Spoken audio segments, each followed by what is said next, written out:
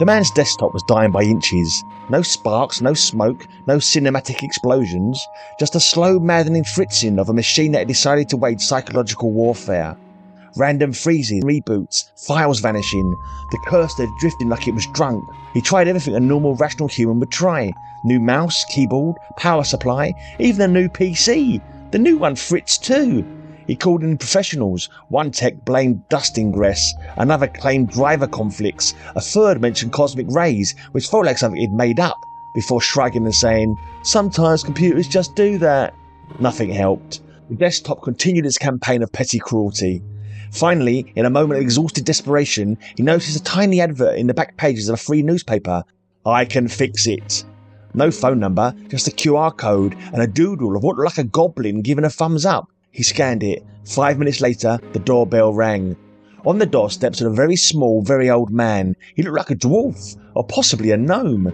"Right," the little man said. "Where's the trouble?"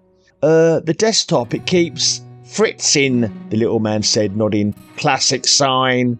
"Of what?"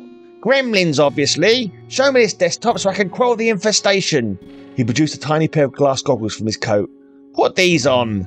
The man did, and suddenly he saw them.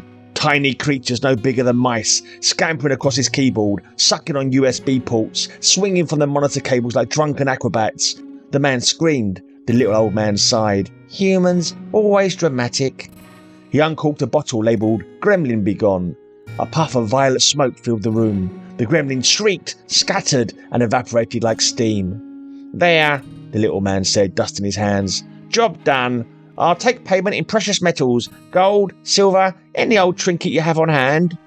The man paid him with an old earring a one-night stand had left in his bed weeks ago. The next morning, the man awoke feeling hopeful for the first time in months. His desktop PC was working like a charm. The violet smoke left it smelling like a forest after rain. He opened his laptop. He had files he needed to transfer over to his now pristine desktop. It was dead. Not just dead, murdered.